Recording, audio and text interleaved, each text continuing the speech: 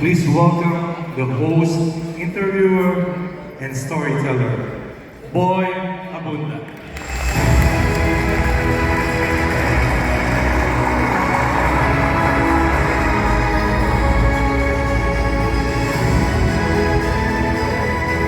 Maraming salamat po, Director Jojo Lemke. Thank you. It is the first time I'm meeting you. Maraming salamat. I'm happy to be in the company of friends. Nandun lang po kami sa gilid, but nakakatuwa po panuorin ang mga performances ng maraming mga kaibigan. Nais ko lamang po magbigay pugay sa mga kaibigan dahil ako'y natutuwa dahil matagal-tagal hindi ko ako naka-attend ng isang pagtitipon na ganito. Very nandiyan ka.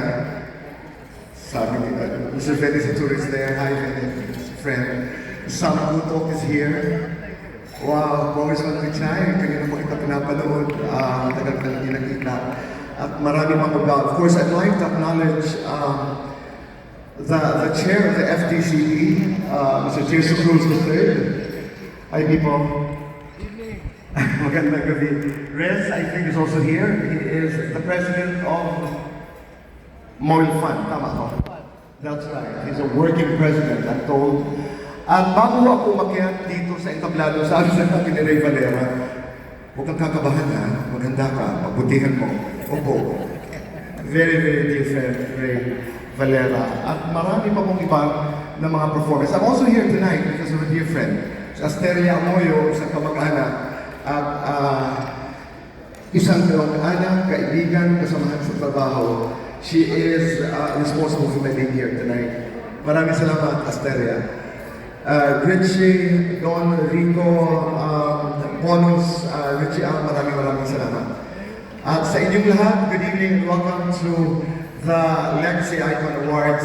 It's very difficult to deliver a message in the middle of an awards night, but I will try.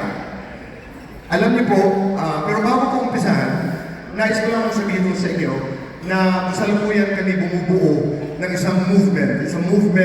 It's a very informal movement, similar to what I've been doing all these years. I would end my shows by saying, make your nanay proud. Why? Because it is a story that was and still is closest to my heart. Hindi ko alam na magiging foundation yung make your nanay proud. But I'm moving towards something in the middle of the onslaught of social media. We're trying to form an organization which is called Just One Isa Lang. Na ang ibig sabihin po ay hinihikayan po namin ang lahat to do just one good thing a day.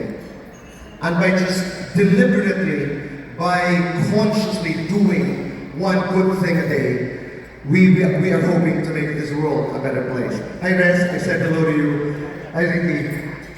So yun yung ginagawa ko namin na movement na hopefully tonight dito po sa Okada, as you go home, as we all retire, just think about waking up to a new day and consciously, deliberately doing something that is good. Just one good thing a day.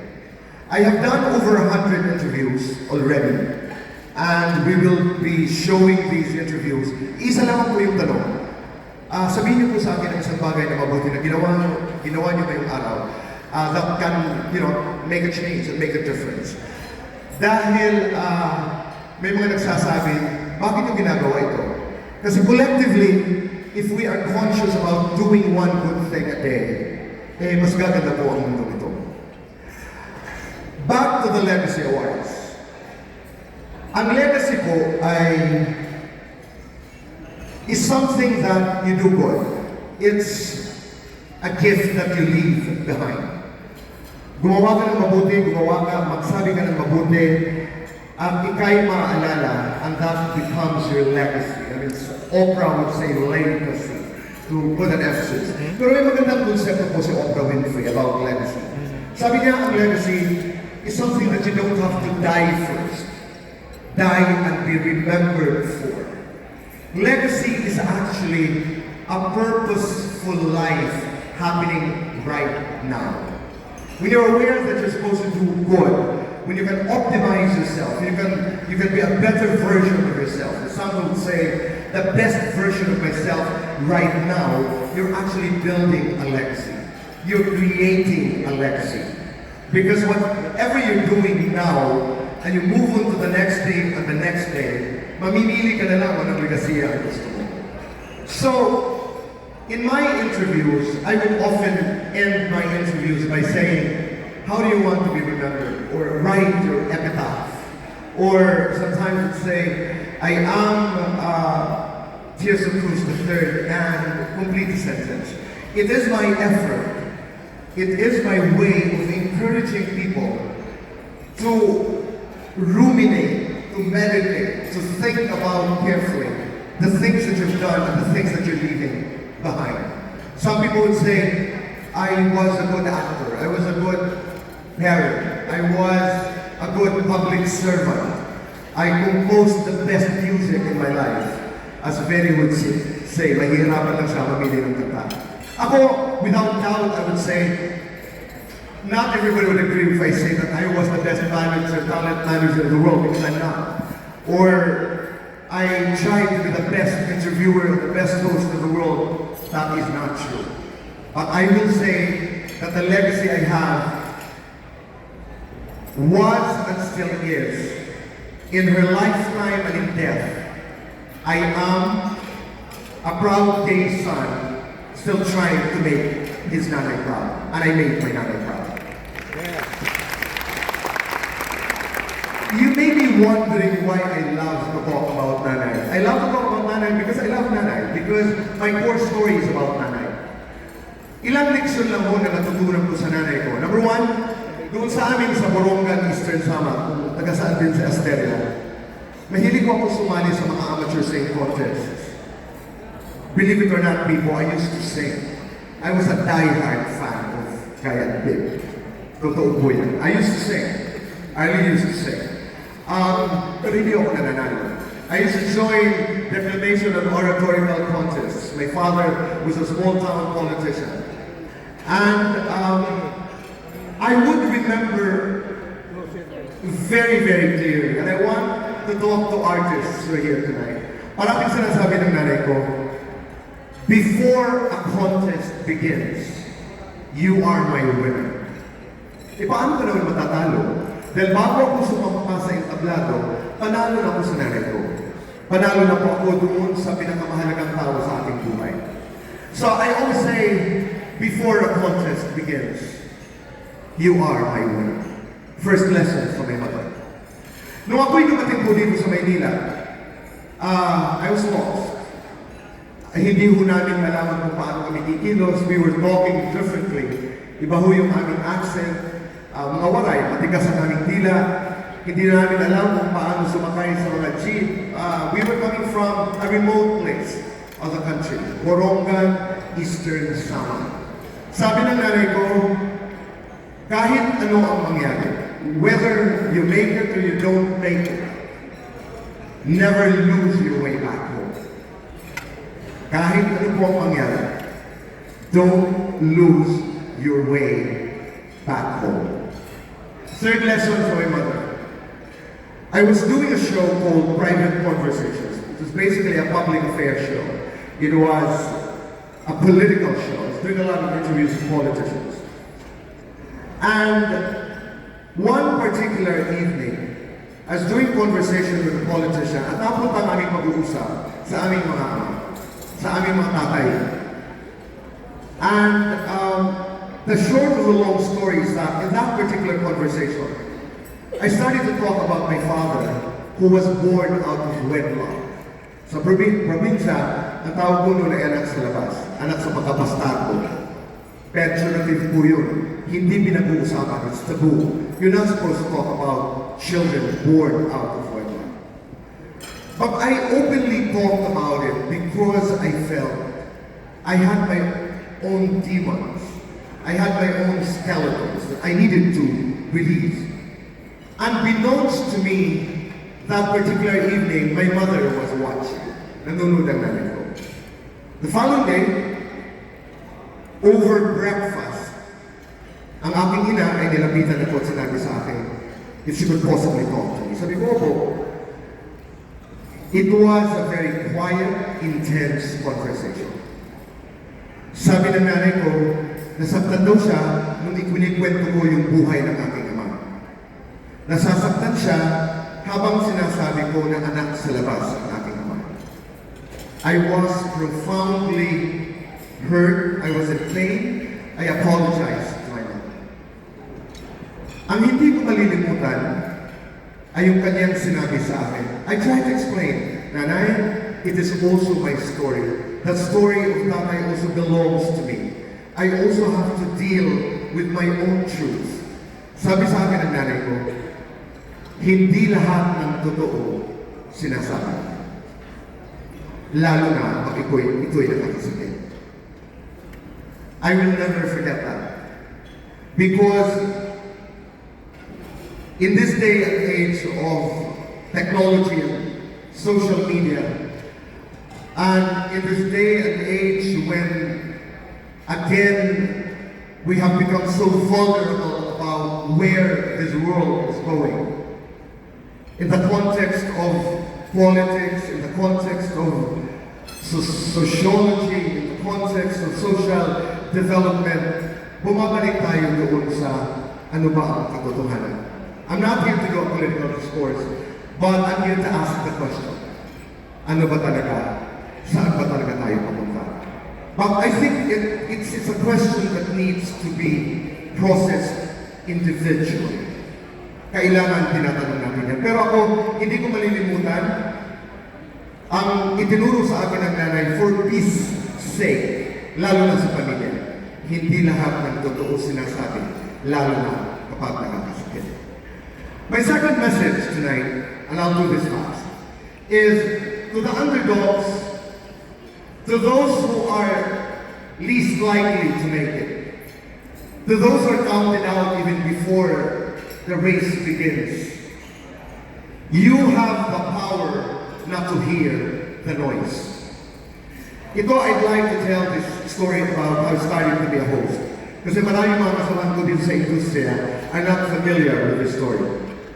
I was an artist manager, I was a publicist before I got into hosting, some over 30 years ago.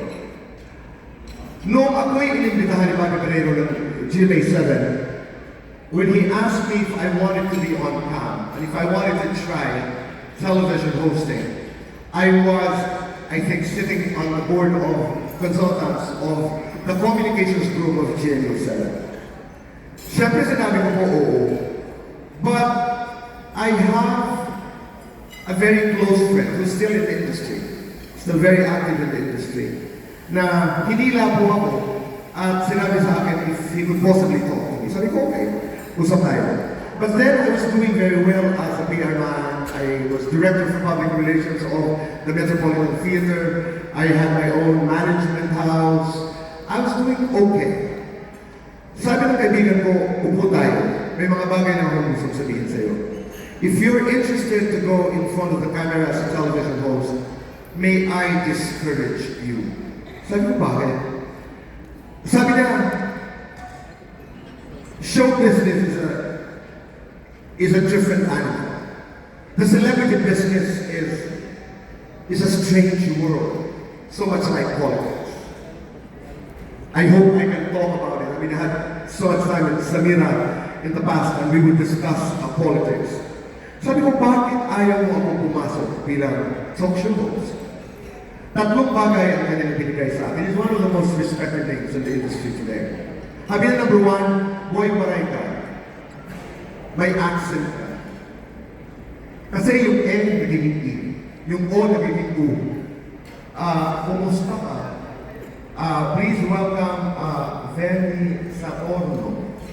You know, kasi ganun pa yung salita. It's part of my core. It's part of our bahagi ng dila namin yun. To this very day, I would still fumble. I would still commit the mistake of mispronouncing words. But today I realize that I cannot be defined by the way I enunciate. Who would have known that I would become a public speaking teacher if you were to talk to me some 30 years ago? Sabi niya, waray ka. Pagtatawanan ka lang, baka hindi mo kaya. I thought about it. Pangalawa, sabi niya, you're gay. Nung panahon na yun, a lot of times gay people on television, no matter how brilliant they were, often would be used as punchlines. Gusto mo tumawa, they were comedic tools. And to this very day, again, this is not an LGBT discourse, the struggle continues. And it may not be easy for you, dahil sinabi ko sa kanila that I want to do entertainment talk shows, but I would also like to be able to do conversations. I'd like to be able to do interviews with politicians, public servants. I've done interviews with Coach Pichay. I've done interviews with Samira Buto. I've done interviews with most of the presidents of this country. So yun ang aking pangarap. Sabi niya, magtatawanan ka lang. Pangatlo, sabi niya, if you have the choice, muna pasukin, hindi ka masyadong kagandahan. It was a euphemism, of course, for hindi ka maganda. Kulang na lang sabihin, bakit ka for what you want to do. Because during the time to be a host on television, you had at least to look good. Why am I talking about this today? Because even people who love you, even people who care for you, can count you out even before you decide to join the race. Ako, sabi ko, pag-iisipan ko, I will consider everything that you said very carefully. Kasi ang pananaw ng kaibigan ko, sabi niya, with how you're doing today, a couple of years from now, you're going to own your own advertising agency. You're going to have your own marketing firm. That's where you belong. That's where we see you going. Ang husay mo in this department. And I figured he cared. He was worried for me. Pero pagkatapos nun, sabi ko, I love exploring that space beyond what makes me comfortable. And a lot of actors, singers, composers know this feeling. Brilliant actors like Pipo, Andres, you know that space beyond what you know can be the most exciting space. Parati kong sinasabi, that is a space where magic happens. So, when I was contemplating very, very intensely about deciding to go on television, sabi ko, laban, subukan natin. And of course, the rest is history. Have I reached what I wanted to do? I am a work in progress. So again, sinasabi ko po sa inyo lahat, do not allow anyone who loves you, anyone who detests you, anyone who cannot stand you, to define who you are. Listen to the whisper. Again, not mine, but the great Maya Angelou would say, there is that whisper within you. Listen to that whisper. In the beginning, bulong, it's a whisper. Do you want it? Is it the one thing that will make you happy? Is it the one reason why you will wake up the next day with a smile? Listen to it. Listen to that whisper. It can never be wrong. Pangatlo po, I wanted to talk about this because maraming mga Probinsiyanos dito, katulad namin. My story is simple. I didn't choose to be poor, but I chose to get out of poverty. Ang aking ama po ay kubrador ang tawag sa amin sa walay, konduktor ng bus. He was a self-made man. Ang aking ina ay guro, grade 1 teacher for 41 years, 11 months and 2 days. Ang aking ama ay pumanaw dito sa Maynila. Napakahirap ang aming buhay. Pumanaw siya sa loob ng taxi in the arms of his mother. Dinala sa San Juan de Dios. Sumunod kami magkapatid. I will not forget to this very moment. Naroon kami sa labi ng San Juan de Dios. Nag-aantay ng wala. Pero hindi namin alam how we will to get Tatay's body out of the hospital. Dahil wala kami pambayad. We waited and waited. I don't know. Giselle and I were saying, how did we get out of the hospital? I don't even know. But some kind relative, some kind stranger probably saved us. Sabi ko, hindi maulit ito. Nung pumanaw ang aking ama, pag-uwi namin sa Samar, sabi ng aking ina, Boy, ang aming bahay ay nakasanda. Malaki ang utang natin sa PNB. Kailangan bayaran natin. I talk about the two stories because they are the two defining stories of my life. Natuto po ako mag-ipon dahil sinabi ko sa nanay ko, this is not going to happen again. When you're old and when you get sick, and you get to the hospital, I will make sure na meron tayong perang pambayad. To this very day, hindi ako marunong umutang dahil natatakot ako sa sinabi ng nanay na hindi ko alam kung saan tayo kukuha ng pambayad para hindi maagaw ng bangko yung aming maliit na bahay sa Borongan Eastern Samar. These are stories that you go back to.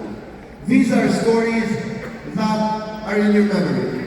These are stories that are in your poor space that you have to remember so that you can have the resolve to be a better human being, to forgive yourself, to forgive people around you, to be able to move forward.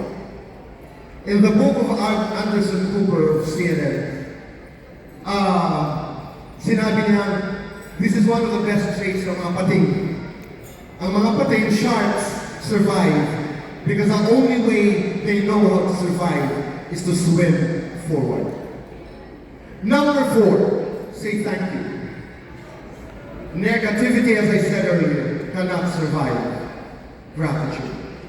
Thank you, according to Maya Angelou, is a divine language. It is the line that you say in the presence of God. And I want to say thank you today. Thank you for listening to me. Thank you for listening to how you feel. Thank you for being present. Thank you for connecting.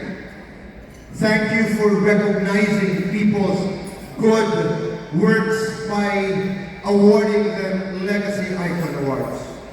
Say thank you. And last but not the least, what is my legacy? I made my nanay proud. I made my ancestors proud in 2018 to close this speech. Catriona Gray was in Thailand. She was a representative to the Miss Universe beauty pageant. The pageant was at 7 o'clock in the morning. 6 o'clock in the morning, I got a text message from Catriona Gray. Sabi na, Tito Boy, I think we need to do an intro as we go on stage and we're about to take what we're supposed to say. I sent her a message. Sabi ko, here's a line from Maya Angelou's poem, Our Grandmothers. And part of that poem says, I come as one, I stand as 10,000. Meaning, you're never alone. You're never alone. I'm never alone. I'm not alone on stage. I am with my ancestors. I stand on their shoulders. Mga magsasaka, mga mahihista, proud people. They're cheering me on.